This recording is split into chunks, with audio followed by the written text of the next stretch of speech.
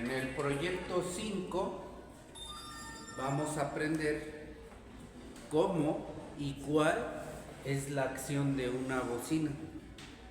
Para ello tenemos ensamblado nuestro proyecto, que cuenta con una fuente de alimentación, una resistencia, un interruptor push button y la respectiva bocina. Cuando se presiona el interruptor y solo cuando se mantiene presionado el interruptor es cuando va a conducir de aquí a acá. Por eso se le conoce como push button, porque si ustedes lo sueltan se desconecta. De este tipo de interruptores existen los normalmente abiertos, como el que estamos poniendo aquí, que solo cuando lo presionamos conduce y cuando dejamos de presionar no conduce. Y los normalmente cerrados están conduciendo todo el tiempo. Cuando los presionamos dejan de conducir. ¿De acuerdo? Bien. Entonces, cuando presionamos el botón o el interruptor, la energía eléctrica va a fluir de negativo a positivo, pasando por la resistencia de carga. En este circuito, la resistencia de carga va a ser la bocina. Y entonces, ¿qué va a ocurrir? Que la bocina queda polarizada de este lado positivamente y de este lado negativamente. La bocina la vamos a considerar como un transductor. Un transductor es un elemento que va a cambiar la forma de la energía. La fuente de alimentación me está proporcionando energía eléctrica y la bocina la va a convertir a energía sonora.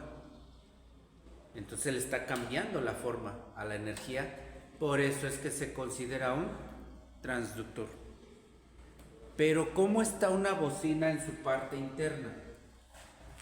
Básicamente, una bocina va a tener un arrollamiento de alambre, que ese alambre es del tipo magneto y va a estar dispuesto sobre una superficie y va a tener un núcleo de hierro, pero ese núcleo de hierro va a tener un imán y ese imán va a estar generando un campo magnético permanente.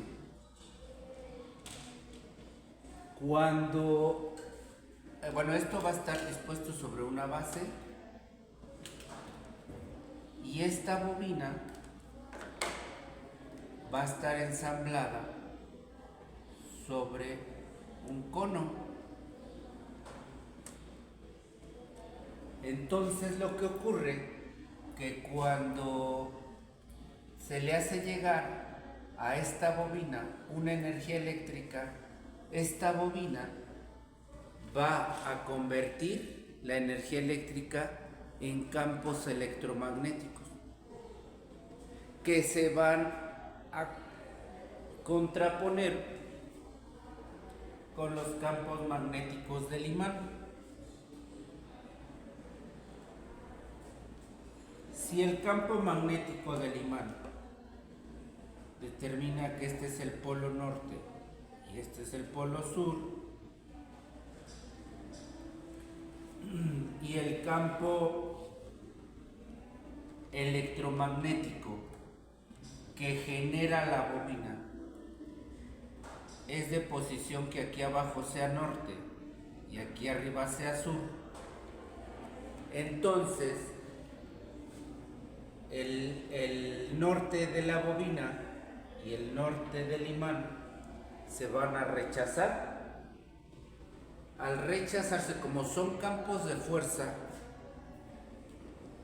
al rechazarse, la bobina va a tener el movimiento hacia arriba. Como está ensamblada con un cono, el cono va a salir. Al momento que el cono sale, comprime el aire que tiene enfrente, lo hace vibrar y eso produce el sonido. Cuando cambia la polaridad de la energía eléctrica que le llega a la bobina, cambia la polaridad del campo. Esta del imán no, porque les dije que es permanente. Pero entonces cuando cambia esa polaridad, entonces aquí se vuelve sur y acá se vuelve norte. Y entonces cuando la bobina tiene el sur aquí abajo y se contrapone con el norte del imán, entonces se van a atraer, lo que va a provocar que la bobina entre y el cono baja. Al momento que el cono baja, descomprime el aire frontal. Ahora, esa es la acción de una bocina. Va a estar comprimiendo y descomprimiendo el aire y eso está produciendo el sonido. Así es como trabaja una bocina.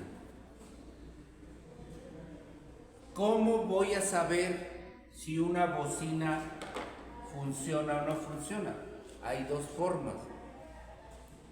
Recuerda que te dije que esta bobina tiene va a tener unas conexiones aquí y aquí ya tiene su terminal de conexión, la bocina. Ahí es donde se conecta, porque estos van conectados ahí. Entonces hay dos maneras de comprobar una bocina. La más efectiva es que tú le pongas una pila o una batería, pero que respetes la polaridad. Este es negativo. Si este es negativo, aquí la bocina sería el negativo. Si este es el positivo, aquí la bocina sería el positivo. Y tienes que respetar la polaridad porque cuando tú le des así, nada más es un toque, no se mantiene conectada la pila ni la batería, es un toque. Cuando tú le des el toque, respetando la polaridad, el cono debe de salir. Si el cono sale, entonces significa que el estado de la bobina está bien, ¿de acuerdo? Pero sucede que la bobina puede estar sobrecalentada.